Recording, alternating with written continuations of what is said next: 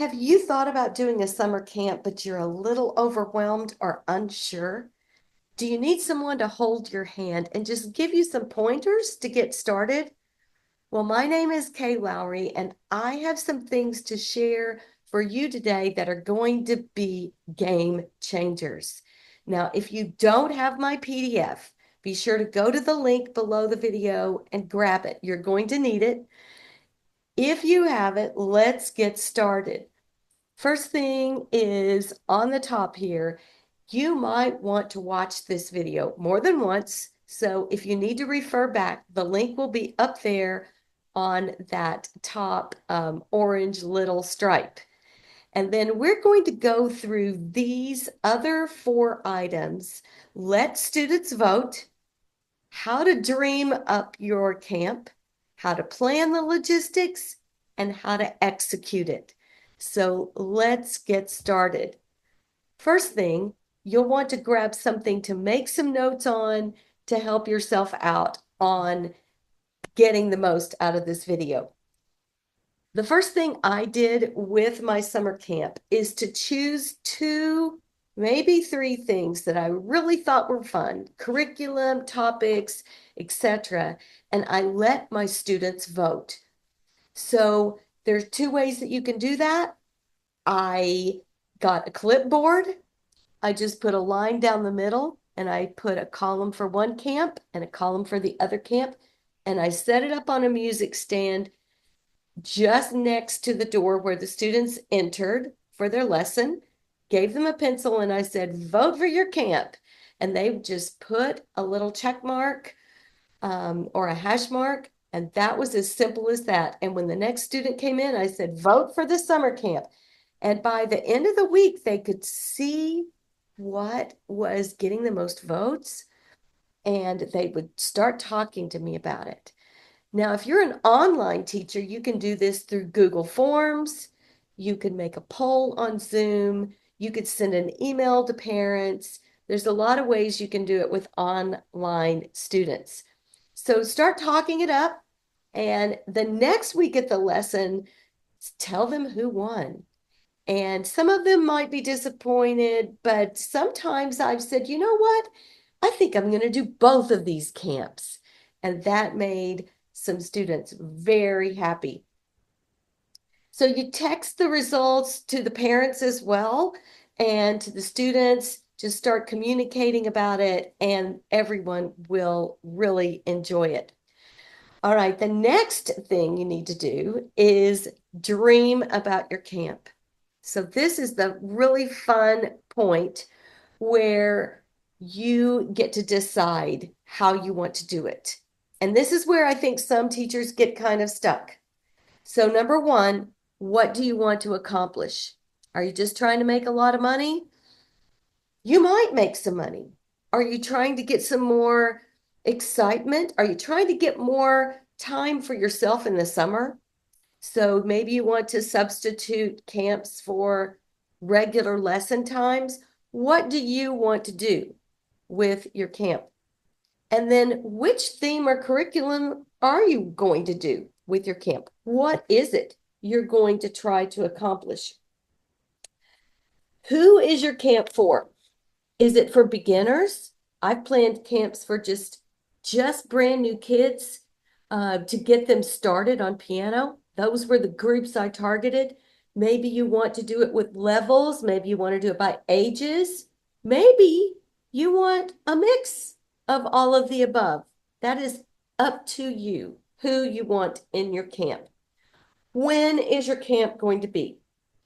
Now, you're going to just set aside certain weeks in the summer. You're going to do it a couple of times. How many times are you going to do it?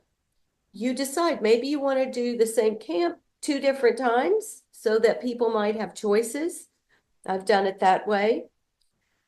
And will you have a parent open house at the end? So you might want to think about that while you're planning your camp. It can be really fun, and parents love that. And a lot of pictures and share time videos can happen at that parent open house. So where is your camp going to be? If you're like me, I teach out of my home. So I have to think about where in my home am I okay with students being and where am I not? Now, on a normal week to week basis, I have a very small, dedicated space, and I don't want students wandering through my house and all the things. But during camp times, I can be a little more loose because we might be in my backyard or my front yard or both. And kids have to come in, go to the bathroom. Kids have to have snacks. So you have to kind of think about that. If it's all possible to have any outdoor space, I highly recommend it. Now, I'll tell you a funny story. When I first started thinking about camps, my husband is a landscaping person. This is his hobby, and he does really good with our yard. And he had some beautiful Japanese maple trees. And I did not want students destroying the maple trees or the landscaping. And another teacher gave me a super helpful tip. She said, go to Home Depot and get that caution tape. I didn't know that they had that at Home Depot, but sure enough, I used the caution tape to just tape off parts of my yard that I didn't want students to be in. So there's always a solution. Don't get stuck on where your camp is going to be. You know, you can come up with some really creative solutions. You might even have it in a park.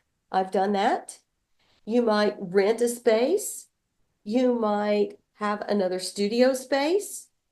What if you offered it even, and this is in the how section of your dreaming, what if you offered it online and or asynchronous and had some videos for your camp? So now let's think about how. Is your camp going to be just one day? That's been a really fun thing. Low commitment, and you could make it a lower price point and gather more students if you just had one day or a half a day.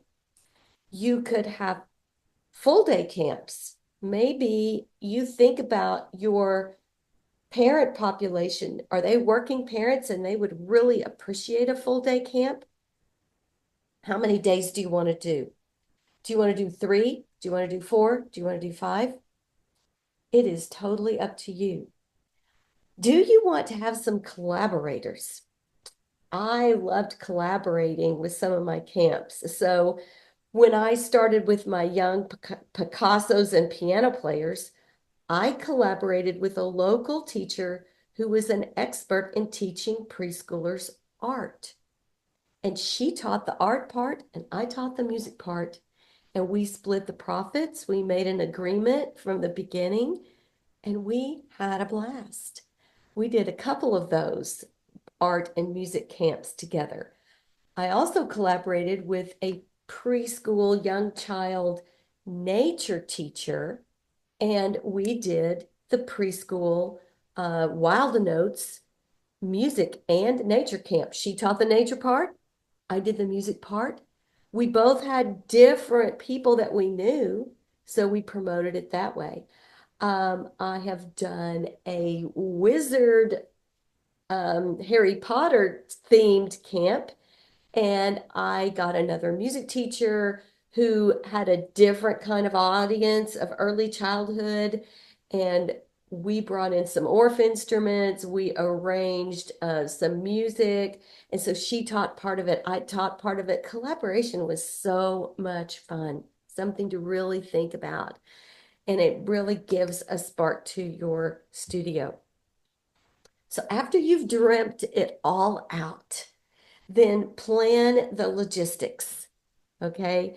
Plan it. You're going to need some forms, medical release forms, um, what kind of allergies kids have, contact numbers of parents, photo release. So start making up your forms. You can have AI do this for you. You can get them, buy them, or get them for free off the internet. Just get a few forms, get those all set up. And then think about the sign up of how you want people to sign up. Look at it from the parent perspective. Try to make it as easy as possible for a parent to sign their child up. Maybe you already have some mechanism through My Music Staff, Calendly, your website, your social media page, whatever you have, use that and just make it easy for parents to do it with just a few clicks and have them go ahead and pay either a deposit or the full thing. And don't be shy about it because to hold their spot, they should pay something. So that brings me to marketing plan. Now, this does not have to be fancy, but you might want to create some buzz with an early bird special. I got a lot of signups with an early bird special, and then after a certain date, we had to raise the price of the camp for those last minute folks. And you can advertise your camp on social media. You can do it through a blog. You can do it through flyers.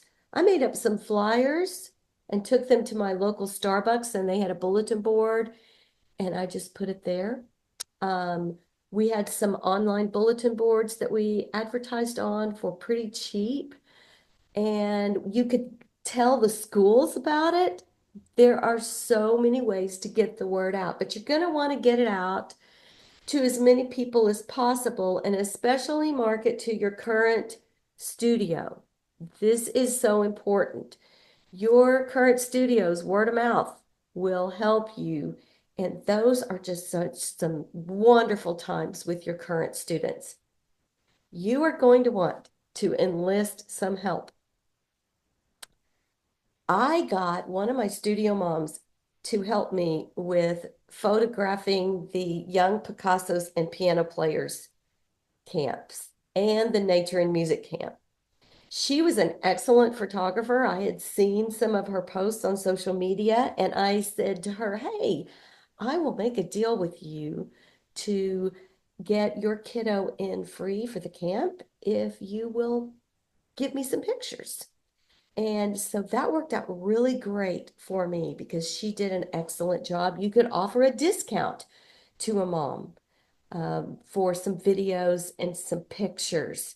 So think about getting some help. You don't want to have to be thinking about taking pictures while you're teaching the camp. And those people that have an eye for those artsy shots are really going to help you.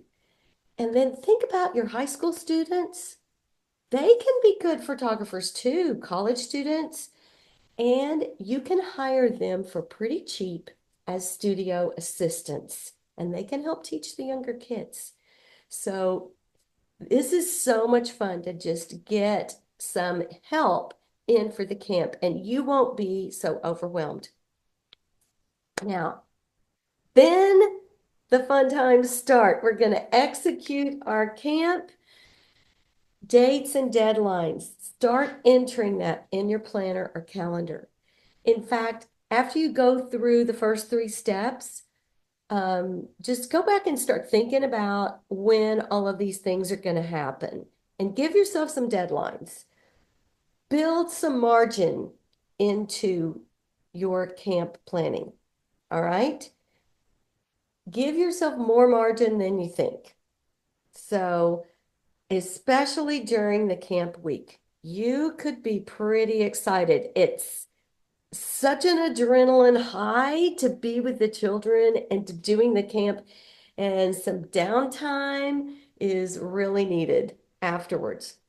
So give yourself prepping 2 weeks at least to print, laminate things for your camp. If you need to make any special materials, if you need to print out things, whatever you need to do to get yourself ready for that camp, give yourself 2 weeks at least. And then on the decorating, give yourself a day or two to get your decorations up. You'll feel so much better if you don't do it the morning of or the night before. Give yourself some time. And then on the teaching side, just have fun. You don't have to be perfect at it. You're going to make some missteps. You probably are going to forget something. Kids don't care. They just enjoy it. A lot of this will just come to you as you start teaching the children. And then, as I said, give yourself some downtime, some reflecting time to make notes and discover what went well, what didn't go so well. If you do you want to do this camp again? If so, how do you want to do it differently? And go through the pics and the videos and really, discard those that didn't turn out and then keep the ones that are so cute that you want to use. And then last, post, and get those videos up on your social media and on your website for future recruitment for your studio. Think about the phrases that kids and parents used as you ended up your camp. What was fun? What did they actually say out their mouth? And write those down in a Google Doc and use those phrases on your website as testimonials from parents as to how great your camp went. So I hope these ideas give you some things to think about. It's a little overwhelming, but if you take it one step at a time, so the action step I want you to do first is to go through and on here, on your planner, on your PDF, I want you to put dates on all of these things. And then I want you to go through the rest of the planner and break it down and just give yourself some margin. And you know what? Before you know it, your camp will be here and you will be so thrilled with the result. Please let me know how it went. My email is k@pianomusicforkids.com. And if I can help you with some camps, I've got some on my website. You'll see that in the PDF. If you need some recommendations, let me know. I've got some resources to help you out, and I hope you have a fabulous camp.